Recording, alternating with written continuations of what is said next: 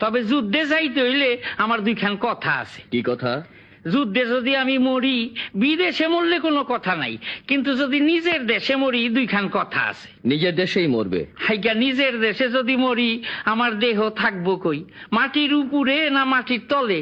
যদি মাটির উপরে থাকে কোনো কথা নাই, যদি তলে থাকে দুইখান কথা আছে। মাটির তলাতেই থাকবে। সেই মাটি যে চাষ হইব লাঙ্গল দিয়া হইব না ট্র্যাক্টর দিয়ে হইব? যদি লাঙ্গল দিয়া হয় কোনো কথা নাই, আর যদি ট্র্যাক্টর দিয়া হয় তাহলে দুইখান কথা আছে। ট্রাক্টর দিয়েই হবে। আচ্ছা, ট্র্যাক্টর দিয়া হইলে আমার দেহ অর্থাৎ কঙ্কাল তো উঠাইব, সেই কঙ্কাল পাঠানোইব কই? ফার্টিলাইজারে না কাগজের কলে?